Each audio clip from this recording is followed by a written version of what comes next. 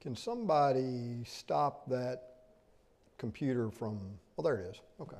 It was scrolling. It's not scrolling now. All right. Don't want y'all to be distracted. Okay. We're talking about, I titled this lesson, the teaching, or this study, the teaching methods of the Master. You could call it different things. Jesus, the Master Teacher. Brother Bales wrote a couple of books, one called Jesus, the Ideal Teacher. The other one was called Jesus, the Master Respondent. There's a lot of ways you could describe it, but as we look at this, we're not just talking about his methods, and we will look at those more specifically, but we're also talking about really his character, his manner, his approach, the way you deal with people even in your teaching. And certainly methods are a part of it. But today we want to start by looking at the topic of Jesus, the compassionate teacher. Now that's not necessarily a method, but it does describe one of the characteristics of his teaching. Frankly, it describes one of his characteristics, period, as he walked this earth. And, it helps to understand that, and we live in a tough world. I understand that. I mean, there's some hard lessons that have to be learned, and there's some mean people out there. But I can't see how this world, and maybe it is in some parts of the world, but at least not in the nation in which we live. We probably can't identify with the brutality of the first century world, the violence. We deal with, we mourn and we decry abortion and those kinds of things. But of course that, infanticide was regular in the first century. I mean, if they had a baby that was deformed, if they just had a girl maybe even, they would just throw them out to the elements. That wasn't unusual, and they wouldn't have thought anything about it. Slaves, were property to be dealt with in any way you wanted to, really. You think about even the ruler of Judea, Herod the Great, who was an Idumean or an Edomite. Think about his character. He murdered one of his wives, two of his sons, killed every infant 2 years old and under in Bethlehem, right? It wasn't any big deal to him. And that wasn't unusual as far as the brutality of leadership in those days. You think about, we've mentioned already in this study, the gladiatorial games, the bloodthirstiness of that kind of spectacle. It bothers me a little bit today. I'm not, I like sports as much as the next person. I've enjoyed, like boxing and things of that nature. And there are certain rules and protections for those that engage in pugilism. I've watched a few UFC fights in my day that I thought were pretty good, and it's pretty violent, but I'll tell you what bothers me more than anything is watching women beat each other up. I just don't see how people watch that. It's very disturbing to me. It's an indication of, I think I said one time in a class, I think I offended some people, but, I know I did. I offended some women, so I guess I'll do it again today. But it bothers me, the prison population of women in this country. Men by nature are a little tougher, and our aggressive natures can get the best of us. And if you just had a society built like the Roman Empire, might makes right, and that's when men are in control. It's not a very nice place to live. It is the woman that hopefully helps with softening society, or should. And I guess this person took it that I was blaming women for where our society is, and I'm not, because men are, to be leaders in their homes, and there to be spiritual leaders. But I know that if you have a society where the women are as mean and tough as the men, you've got bad place to live. I can tell you that. And so it concerns me a little bit about, how many women criminals and how many we have in prison in this country. And certainly women that are willing to, kill their own young is disturbing. But I'm not blaming women for our ills, so don't take it that I am. But I'm trying to point out some things that, that society was brutal because the women didn't have any rights. Okay? They weren't, their influence probably wasn't as great as it could have been. You look at the Arab world, the Muslim world, where women don't have any rights, it's a brutal society. Okay? But where women are allowed to have a greater part and a greater say, society is generally a much better place if the women don't become like the men, which we have a lot that think they are men. So, unfortunately. But it was a brutal place. And yet in Jesus' ministry of 3.5 years, there is so much emphasis on his compassion. I mean, his character was so much different than the people around him, even the leaders around him, even the Jewish leaders. That Greek term, the Greek terms we use for compassion in the English, we've talked about many times in here when we've studied the New Testament, that noun splanchnon and its verb form over 20 times in the New Testament, denoting a feeling of affection, tenderness, or compassion. The verb meaning to have compassion or show compassion. But the interesting thing, of course, about that word is that it originally applied to the intestines or visceral organs. And so it's not unusual in older versions like the King James where you see phraseology like bowels of mercies. Well, that's because that's what the word originally meant. And the Greeks felt or thought that that's where the feelings came from. We talk about the heart. They talked about deep feelings coming from the intestinal area or the bowels. And so that's why you see that translation that way. But it's really the word that we probably would generally use as compassion to indicate these deep emotions. A guy by the name of Nigel Turner, a scholar in Britain, made the statement that the classical poets of Greek literature, when they were depicting human feelings, generally, and this again goes back to the kind of world in which these people lived, they generally in their writings only depicted the rougher sort of feelings. Anger, fear, wrath. But you get to the New Testament, also written in Koine Greek at the same time, there's much more emphasis on words like compassion than that world knew. And the verbal form of that word is restricted to the gospel accounts, by the way, Matthew, Mark, and Luke.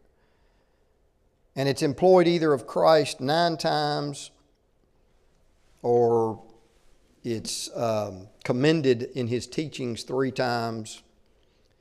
And you know those kinds of verses we read about during his ministry. He would look upon the crowds, say in Matthew 9 or Mark 6, and see that they were distressed and scattered like sheep without a shepherd. And the Bible would go on to say that he was what?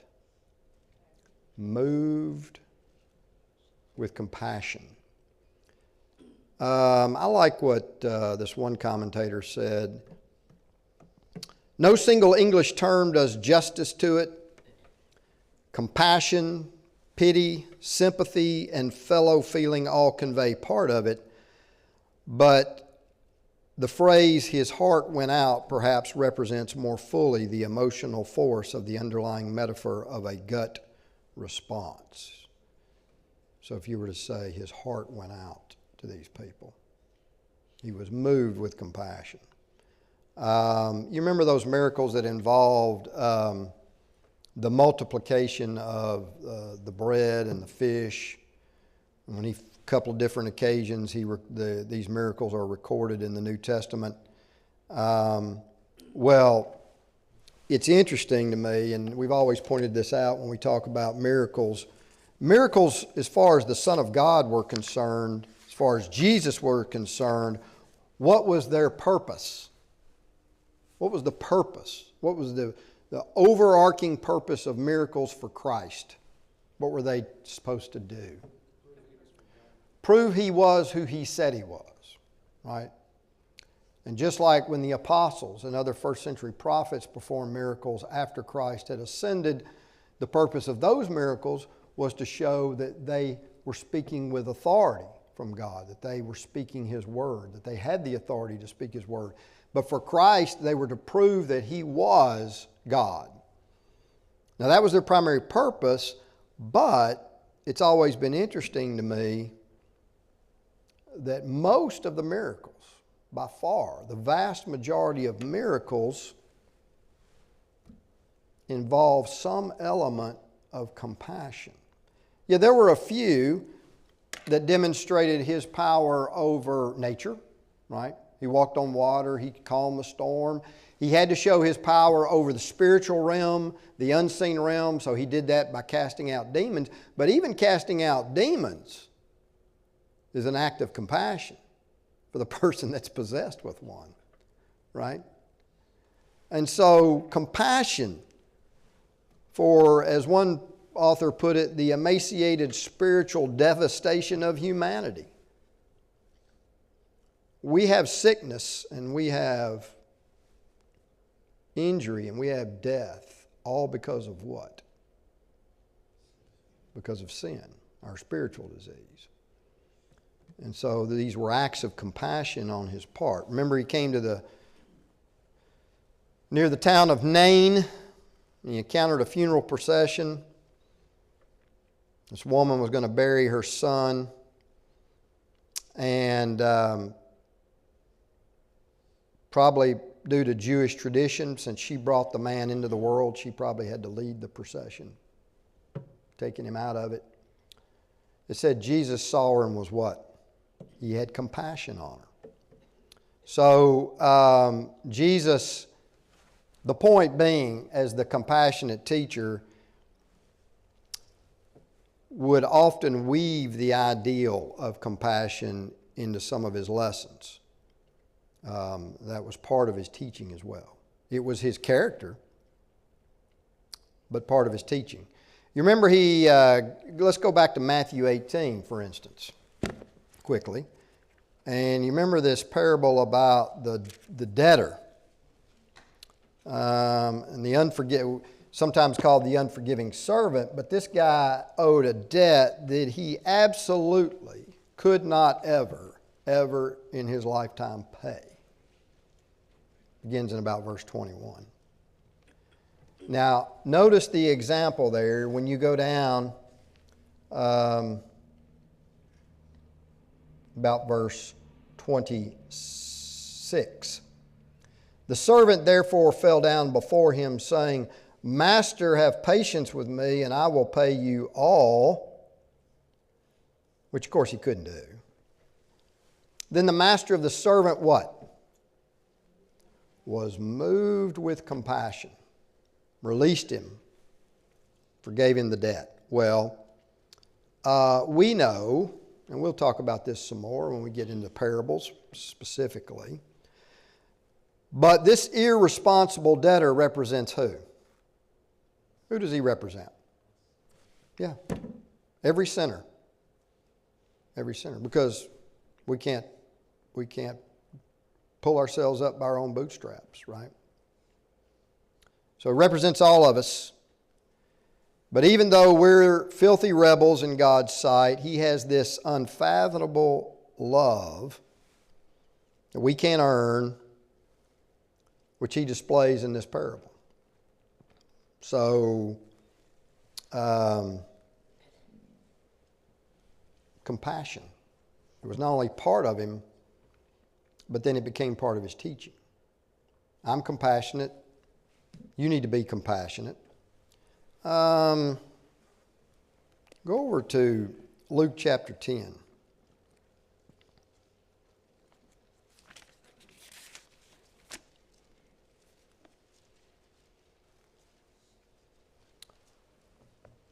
You recall the parable of the Good Samaritan, and again, we'll look at that in more detail later. But a lawyer, and when it says lawyer here, it means one skilled in Moses' law, not necessarily an advocate that goes to court. A certain lawyer stood up and tested him, saying, "Teacher, what shall I do to inherit eternal life?" Well, this word for do in the force of the Greek indicates he's asking, what can I do and what can I do and be done with it? You know, just tell me what I need to do and get it over with so I can go about my way. That's, of course, not the Christian life. And so the Lord asked him a question. What is it? What's written in the law? How do you read it? You're a lawyer. You know the law. I like what somebody said. You know, those are really two different questions, are they not? Think about it. What is written in the law? What is your reading of it? Now, that's two different questions, right? And this is just kind of an aside, but as a Christian, I want to make sure that my reading of it is the same as what's written in it. Because most religious people, that's not the same thing. It's something's written there, but they're reading it some other way. So those are two different questions. Well, how did he respond? Well, he quotes from the law. He knows the law. So he quotes Deuteronomy 6:5 and Leviticus 19:18. Love God, all your heart, soul, mind, so forth. Love your neighbor as yourself. And what did Jesus say? You've answered correctly. Do this and you'll live. Now, when he says do, he means in the Greek there, you practice habitually and you will live. It's not a one-time. He asked, remember what his question was? What can I do? Just tell me what can I do and be done with it? All right. Jesus said, this you practice on a habitual basis. There's no, let me do something and be done with it. Okay. This is a way of life. Well, he understood what a tough obligation that was. Right? So, still trying to squirm out of that obligation. The Bible says wishing to justify himself. Who is my neighbor? Well, what's he implying in the question? Who is my neighbor? Yeah, but think about it. When you ask the question, who is my neighbor? When he asked this question with his attitude, what's he implying? Yes. Yeah. There's some people that are my neighbor, but not everybody's my neighbor. And that's the way they looked at it. And so he gets this parable, right, of the Good Samaritan. And we see in this example, we're not going to go into more detail on it, but we see from the Good Samaritan's example the kind of compassion that Jesus is talking about for somebody he didn't even know. And so we can obviously exhibit compassion with physical or financial assistance, but you know, you can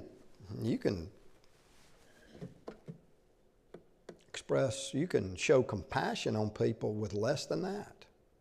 Sometimes people just need a word of encouragement. Sometimes they need a hug or whatever, a note. Compassion's not just the feeling, right? But it's the emotion demonstrated. You know, the Bible, you know, it will say he was moved with compassion. Well, what does that mean? Well, it means he did something about it, right? He saw that crowd. They're scattered like sheep having no shepherd. Well, he fed them because of this deep feeling that he had. Yeah. Going back to 18, where there was this man had this debt, and you know God is moved with compassion. But the end of it, we can remove God's compassion towards us, and we can remove His forgiveness. And He just says, if you don't have compassion, if you don't forgive, then mine is gone. And that's the whole point. We can take away He has compassion for us. but we can remove it. We can have God say, okay, that's it, throw them in the darkness. Yeah. And of course, he does that, and he will do that ultimately. You know, the interesting thing about God is, I say interesting, it's just part of his nature. I mean, John says God is love. That means that's part of his nature. But what did he say? He causes the sun to shine, the rain to fall on both what? Yeah, he shows compassion, at least in this physical realm, to everybody. But there will come a time, you're right, when he will not. If we did not. You know, one last example where it talks about being moved with compassion. Look at, and again, another parable. We won't go into detail, but we will later. Luke 15, you've got the parable of, sometimes called the prodigal son, or the parable of the lost son, parable of the lost boy. And you know the whole story, or the whole account. But, you know, what happens at the end, you know, when he's coming back, right? Look in verse 20. There's that word again. And he arose and came to his father. Now the father represents who? God. But when he was still a great way off, his father saw him and what? Had compassion. Man ran on his neck, ran and fell on his neck, kissed him, embraced him repeatedly, the Greek says. And so my point is that Jesus personified this characteristic of compassion. He defined it, he illustrated it, and he wove that into his teaching. He was not only compassionate on his students, you know, all these crowds that were following him, but then he taught people, and he teaches us today through these words, to be compassionate. And so you can take that, you know, if you're, whether you're teaching a class like this, or especially if you're trying to teach somebody one-on-one, personal, as we call it, personal evangelism. You know, compassion is going to have to be a key ingredient, because you're going to deal with some people that have gotten themselves into all kinds of messes in life. And that's what they need. They need compassion. And he was always willing to show it. When I think about his compassion, it always brings to mind, I cannot help get out of my mind the scene of that leper who ran to him. And I mean, this is a man who lived in a world who was totally shunned. In fact, he had to be separate from everybody. And of course, under the old law, if he met you, he had to use his hand as a mask, right? So he didn't infect other people. But here's a person who, a total outcast. And this man runs to Jesus, and Jesus does something that nobody in that society would have ever done for a leper. What did he do? He touched him. He touched him. And somebody says, well, Jesus sinned because, you know, that makes you unclean. No, being unclean is not the same thing as sinning. Being ceremonially unclean determines whether or not you can enter and worship in the temple or whatever. But it has nothing to do with sin. You could become unclean by accident, right? Come upon a dead body, whatever. In fact, if you were a soldier and you killed people in battle, you were unclean. So uncleanness and sin are not the same thing. But Jesus reached out and touched this fellow. You know, you have to think to yourself, and I don't know how long the man was a leper, and I don't know how old he was, but try to ask yourself, I mean, they've done studies on infants. They've done studies on infants, you know, about whether, if you had these infants over here that nobody picked up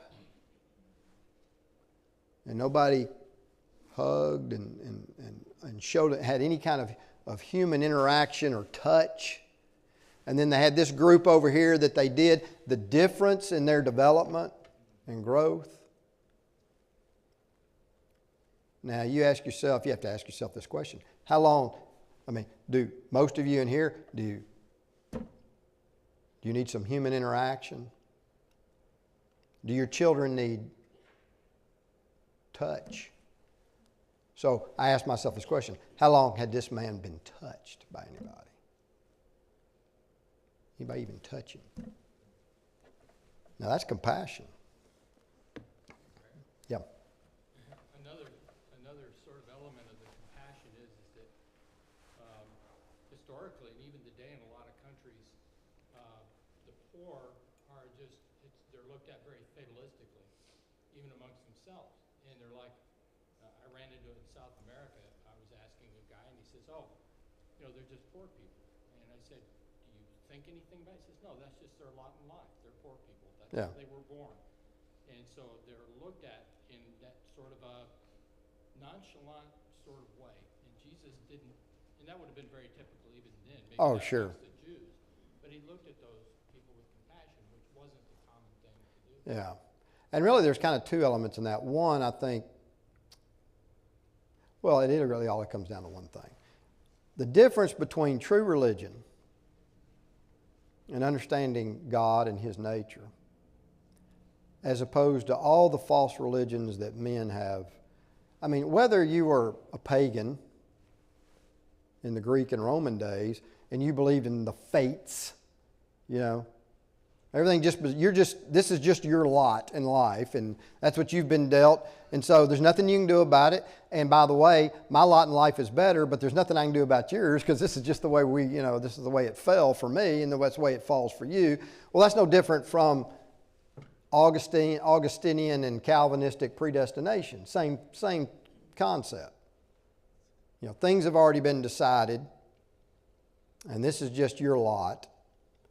And so you couple that with the fact that people who don't understand the nature of God and don't worship, or they don't obey Him as He's commanded, and they don't try to emulate His character, also don't appreciate the value of other human beings. Otherwise, we wouldn't be slaughtering babies. They don't appreciate the value of human life. And so, if I don't appreciate the value of the most innocent people in the world, why would I appreciate the value of someone less fortunate than me, a poor person or whatever?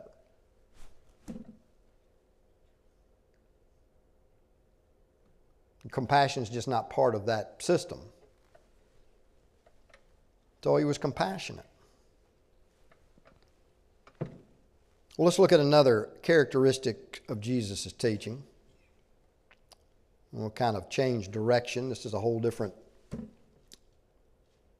direction, if you will.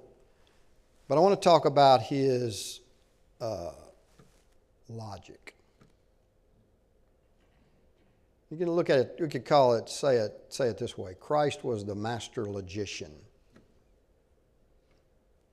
We're created in the image of God, right? Genesis chapter 1. Well, God is spirit. Man was given a physical body in the garden. So if I'm created in the image of God, then what does that mean?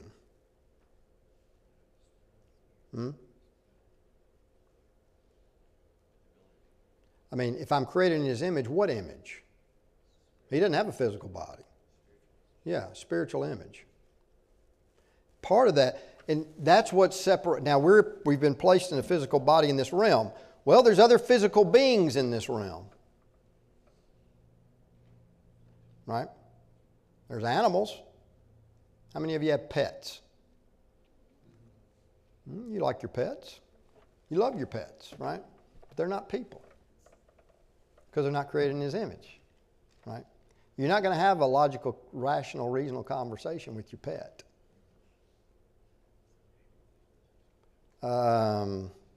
We're endowed with moral sensitivity, the ability to reason, aesthetic appreciation, all those kinds of things because we're created in God's image. My dog, when I walk Sport, He doesn't turn around and look at me and say, boy, what a beautiful day it is. He doesn't appreciate how beautiful it is. The only thing he's interested in is what he can smell. That's it. And the ranker the better for dogs. But we have the ability to reason. Our universe is a system of law, right? Various laws. Laws of physics, biology, chemistry. And there are laws of correct thinking. The science of the laws of thought is called logic, formally defined as a science that deals with the rules and tests of sound thinking and proof by reasoning. Everybody in this world, to some extent, thinks logically. Now, I know sometimes we know people and we think, have they ever had a rational thought in their head? But everybody thinks rationally and logically about some things, or they couldn't live, they couldn't survive. Obviously, some think more rationally and logically than others. And by the way, it's something that can be learned and by which we can be educated. It is a discipline that can be expanded or refined. And there's several well-known laws of thinking. Just for example, you have the law of contradiction. What does that mean, the law of contradiction?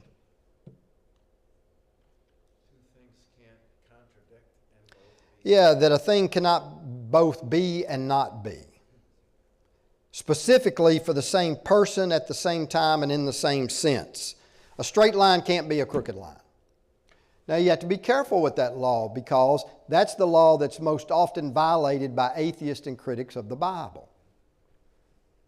They'll pick out some passage and they'll pick out two passages. And they'll say, see, this passage contradicts this passage. But they're not using the law of contradiction correctly because the sense in which perhaps something is said over here is not the sense in which this is said. Or this happened at a different time. Or a different person. See, you're not comparing apples to apples. You're comparing apples to oranges. You have to be comparing apples to apples for there to be a true contradiction. So the law of contradiction is important. What about the law of cause and effect? That's also a scientific law as well. But it's also a law of thought. Every effect has to have an adequate cause. Not just a cause, but an adequate cause. For instance, in science, if I had my Bible, let's say my Bible was laying here on the edge of this, thing like this, and all of a sudden a fly landed on it and it fell off. Well, it didn't fall off because that fly landed on it. That's not an adequate cause. Okay? It fell off for some other reason. Now, if it was kind of hanging on the edge there and I took something else heavy and I just kind of threw it over here on top of it and then it knocked it off, okay, that'd be an adequate cause. But a fly wouldn't be an adequate cause. But it's the same true for the laws of thought. Oh, there's the law of design. Every object characterized by design must have had a designer. And so design reflects a mind behind the intricacy. So that being true, the laws of proper thinking imply what? If there's laws of proper thinking, then that implies that there's an ultimate thinker. Right? And look, it's emphasized in Scripture over and over again about our need to reason. What did Jehovah say to those people in the long ago in Isaiah chapter 1, verse 18? What did he say to the Israelites? Come now and let us reason together. Use your mind. How many times did he use that kind of thinking with Job? Right? Okay, Job. You're so smart. You want answers? You answer me a few questions. Use your brain here. Use your noggin, as we like to say. Turn over to Acts. You see this a lot in the book of Acts. Over and over. Look at Acts chapter 9, verse 22. But Saul increased all the more in strength. And notice, he confounded the Jews who dwelt in Jerusalem. Why? Proving that Jesus is the Christ. Right? Turn over to, we'll just look at a few. Look at chapter 17. Look at Acts 17, verse 2. Then Paul, as his custom was, went into them, and for 3 Sabbaths, what did he do? Reasoned with them from the Scriptures. Drop down to verse 17. Therefore he what? Reasoned in the synagogue with the Jews and with the Gentile worshipers, with anybody that happened to be there. Turn over to chapter 19. Now this is evangelism. And he's reasoning with these people. Verse 8. And he went into the synagogue and spoke boldly for 3 months, reasoning and what? Reasoning and persuading concerning the things of the kingdom of God. But when some were hardened and did not believe, they didn't want to think logically, and they didn't want to accept the conclusions of the logical thinking, but spoke evil of the way before the multitude, he departed from them and withdrew, the disciples doing what?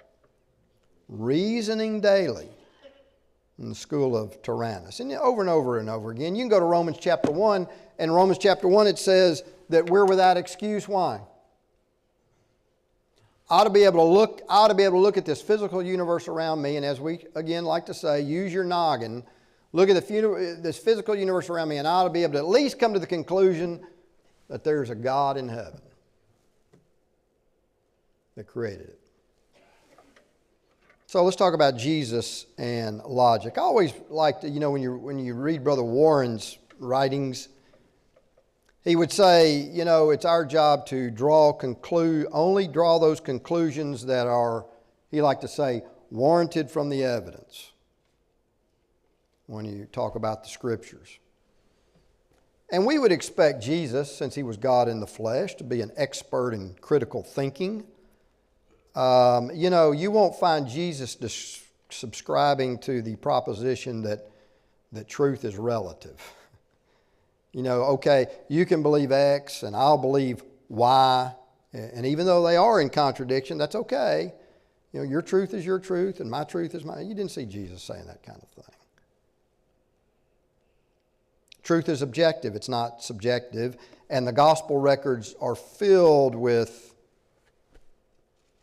passages that demonstrate his skill in instructing and persuading and confronting those who were exposed to his messages. For instance, let's look at his argument from authority. Turn over to Matthew 19. Let's go to Matthew 19. Here's some logical thinking from authority. Now, the Jews at least accepted some authority. They accepted the Old Testament, right? The Old Testament Scriptures as a revelation from God and as authoritative. That is, most of them did. Now, there is some question about the Sadducees and the Samaritans. It appears that perhaps they only regarded the writings of Moses as Scripture. But everybody else accepted the whole Old Testament. And so, look at the beginning of this chapter. So the Pharisees come to him and they ask him a question. Is it lawful for a man to divorce his wife for just any reason? So, what does he do? Well, he appeals to some authority, does he not? Something that they agreed was authoritative and that they're bound by. Look what he says.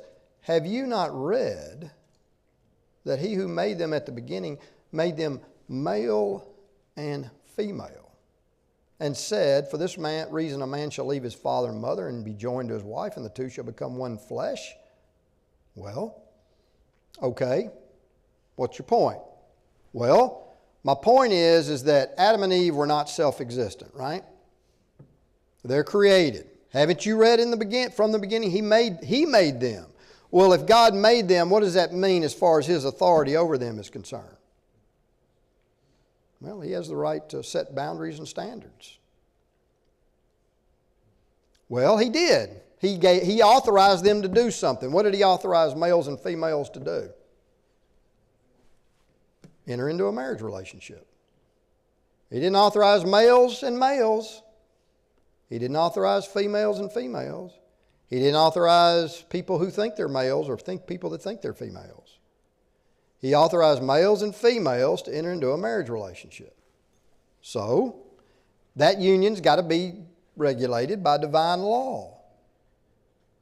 So he says, therefore what God has joined together, what? Let not man separate. Well, they said, why did Moses command then to give a certificate of divorce? What did he say? Well, Moses lived during a time of an immature state of marital looseness that Jesus calls hardness of heart. But he says that temporary laxness, even though tolerated, was never considered to be ideal. And that's not what God wanted. And so now that the Christian system is here, from Pentecost onward, this is the way it's going to be. Marriage is going to be governed like it was in the beginning. Man, woman, for life, no separation. And then he gives one exception. So, if he's arguing from authority and the Pharisees recognize the authority from which he's arguing, which they do, what's their options? Now, what's their options? And they know it. What is their options? They only have two. Yeah, they can either adjust their marriage practices to the authority he just cited, right? Or they can reject it, repudiate the authority of Moses. Now, that's not a great place to be in if you're a Pharisee. Well, I'm just going to repudiate the law of Moses. And it's always been interesting to me that people that get in arguments over, reasons for divorce and remarriage, as you read the rest of this passage, his disciples understood how challenging this was. Right? You can tell from their questions. If such is the case of the man and his wife, because see, they're not used to that. Because Moses gave them, you could, you didn't like your wife, you divorced her, whatever. They said, if that's the case, it's better not to marry. So Jesus said, okay, well, I'm sorry, I'll change my mind. It's okay, y'all keep on going. No, that's not what he said. He said, well, yeah, it's challenging. That's true. All can't accept it. There are eunuchs, that is, people who are not having sexual relations because they were born that way. There are others who were made that way physically by other men, right? Prisoners, slaves of war, harem keepers. And then there are some who are going to have to stay away from sexual relations for the kingdom of God's sake. So yeah. And then he says, who is he who is able to accept it? Let him accept it. But the point is that he was arguing logically from authority. He said, here's the authority, you recognize it. And here's what it says. You've asked me this question, what does it say? What does Genesis chapter 2 say? And 3. Argument from authority. Okay, well, we'll talk about some more logical reasoning on the part of Jesus next week.